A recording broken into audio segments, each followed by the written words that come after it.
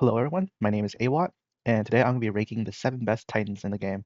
Age of Mythology over the years has received so many expansions, with it being released in 2002, getting Titans added in 2003, it would randomly get a new DLC in 2016 and Tales the Dragon, but to be honest, we all know what happened in that DLC. And then the game would get remastered 8 years later with a definitive edition and receive 3 whole new pantheons, nearly doubling the amount of content in this game. So the concept of having 7 Titans, or even Titans at all, has been a concept 23 years in the making. I think there's a nice charm when you think about it like that. But anyway, I'm gonna be moving on to the actual ranking itself now. If any of you guys saw my tree tier list ranking, you guys would know that was an absolute mess. I kind of just ranked the tree by vibe and then throw out a random rank. So in this video, I'm gonna be a little more structured and have individual criteria that will help guide me while I rank these creatures, which should make it easier for the viewer to follow and also for me to be more consistent. So let's go over this criteria that I'm going to be using in this video. The first criteria is worth up to 10 points. That is, of course, the look of the Titan, just how I feel about how the Titan looks overall, and whether or not I get repulsed if I stare at it for too long. The next criteria I will be ranking them on will be their Titan gait. All Titans have a unique Titan gait, and some of them are honestly way better than others and deserve credit. This will only be worth 5 points though instead of 10, because I think the look of a Titan is way more important than the look of their gait.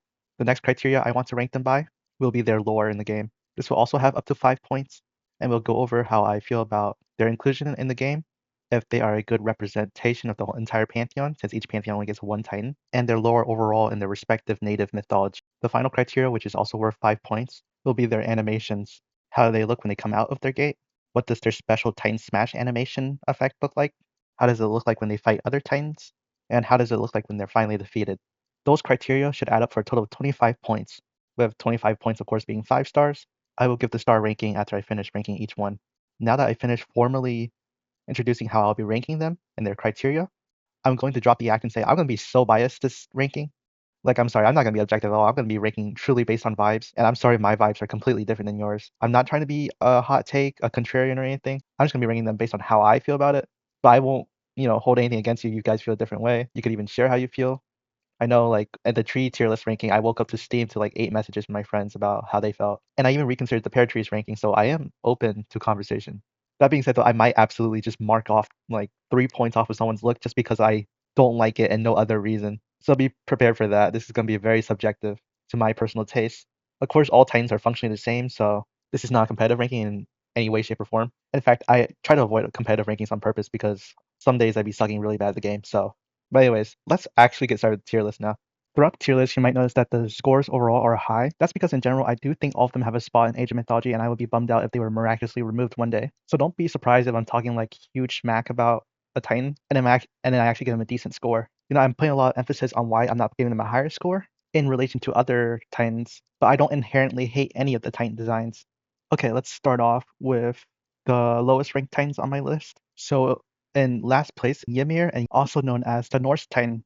So for him, he scores the lowest on look at 5 points for me. He is by far the ugliest Titan in the game. I mean, come on, you zoom in on this guy and his barber has messed up his haircut.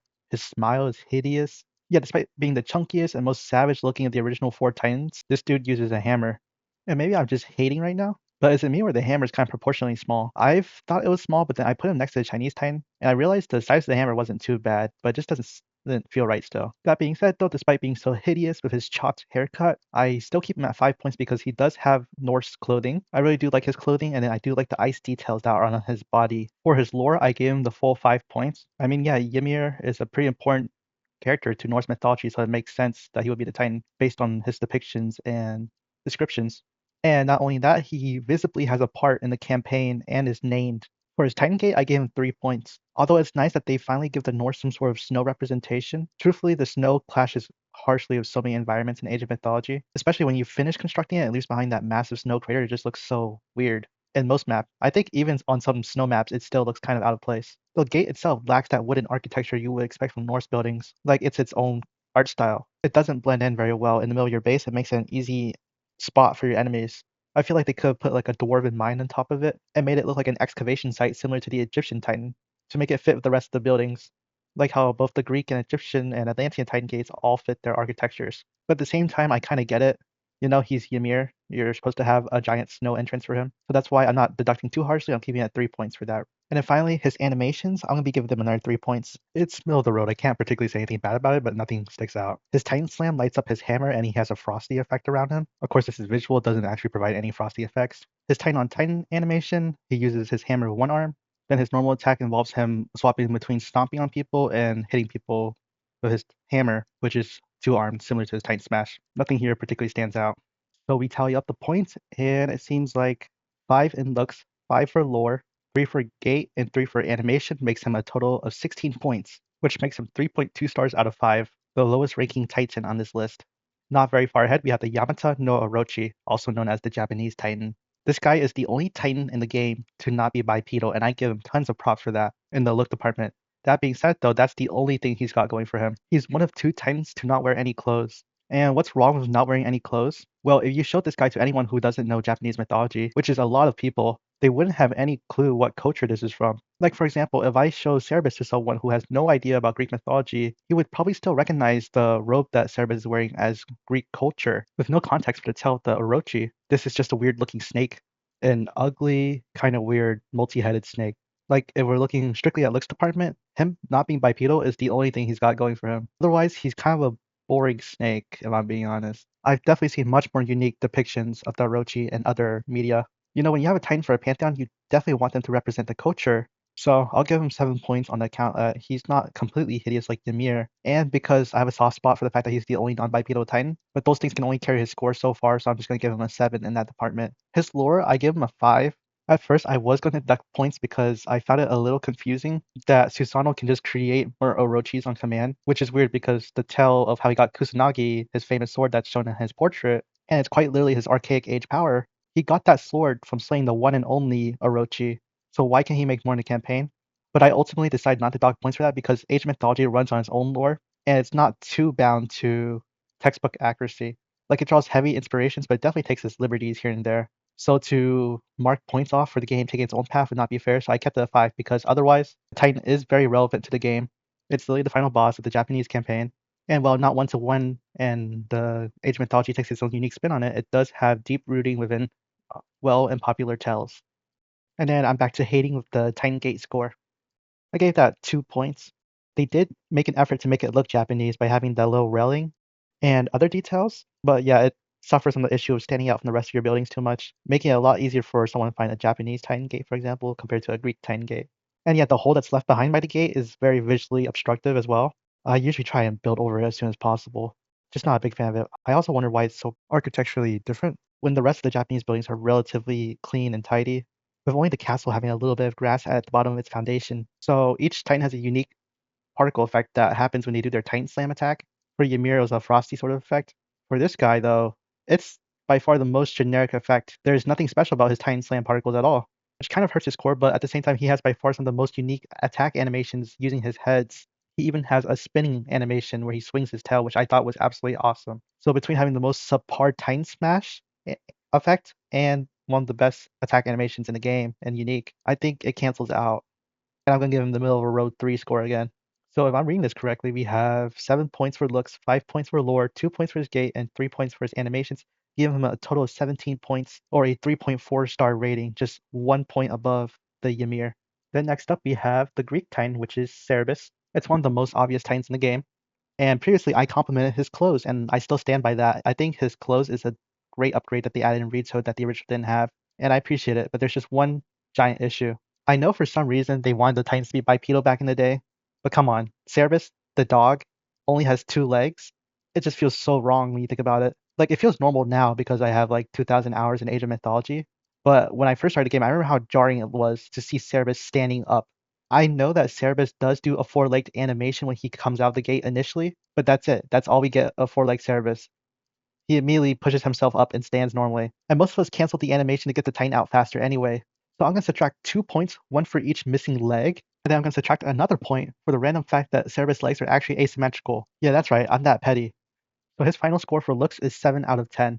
Anyways, lore-wise, I think it's great. He is a relevant character to the Greek mythology. However, I feel like Greek mythology has so much more characters that could be chosen as their Titan. You know, especially if they want a bipedal one back then. And then on top of that, it's kind of weird the entire Greek pantheon has access to it. Like, Cerberus is representing the whole entire Greek pantheon when he's notably only Hades' pet. Like, you want your Titans to represent your whole entire pantheon equally, and this one definitely feels like it has Hades bias, you know.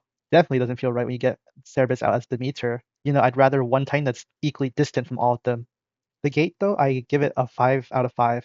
You know, its architecture matches, so even after you finish constructing it, it doesn't seem out of place. It's just very nice. And then his animations are pretty chill.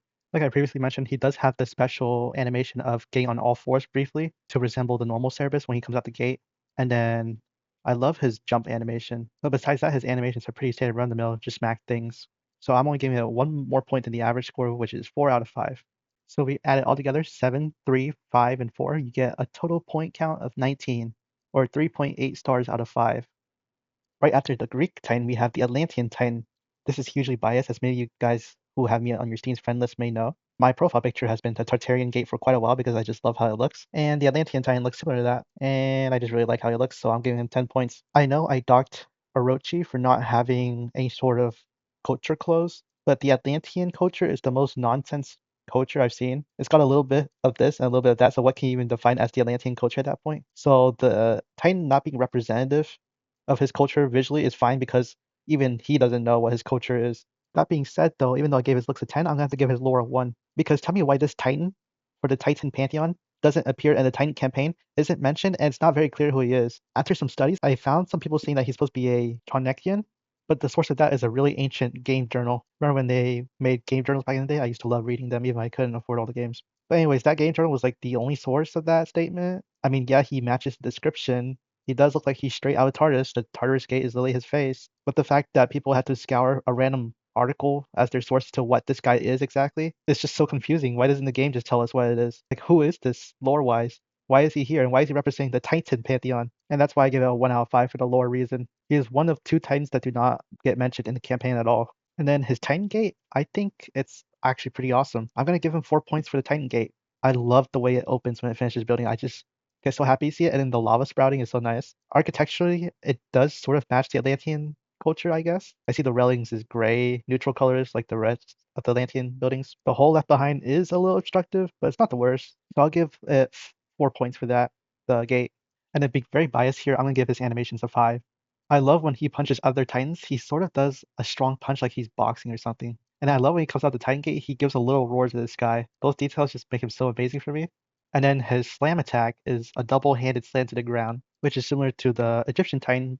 And his special effect for his slam attack will be Tartarian lava just bursting out, which I think is really cool. Surprisingly, despite my glazing, he doesn't make it that far in the tier list, since there's 3 more Titans ahead. So let's count up his total. I gave him 10 points for looks, 1 point for lore, 4 points for his gate, and 5 points for his animation. That adds up to 20 total points, making him a 4 out of 5 star. He's our first Titan on the list to break 4 stars, and it only goes up from here. That being said, though, I hate to do this to you guys, but I gotta cut the video short. This video is getting way too long because I am just yapping way too much, and I don't want my computer to explode rendering anything right now. I'm still looking for work, applying for crazy amounts of jobs. I gotta keep the computer fine. Can't be a 48 repair, so I gotta keep the video short. Gonna cut it off here. The final 3 Titans will be shown in part 2. Hopefully part 2 comes out within next week. Who knows? Assuming I don't get called for an interview or anything, I'll try and work on pumping that out. Let me know if I have any bad takes, and I will hear you out, and I might even change some of my rankings before the next video. If you're my personal friend, of course, you can just text me on Steam, or if you're a random person who stumbled upon my terrible takes, feel free to leave a comment below. Be nice as usual. Thank you for watching, and have a great day.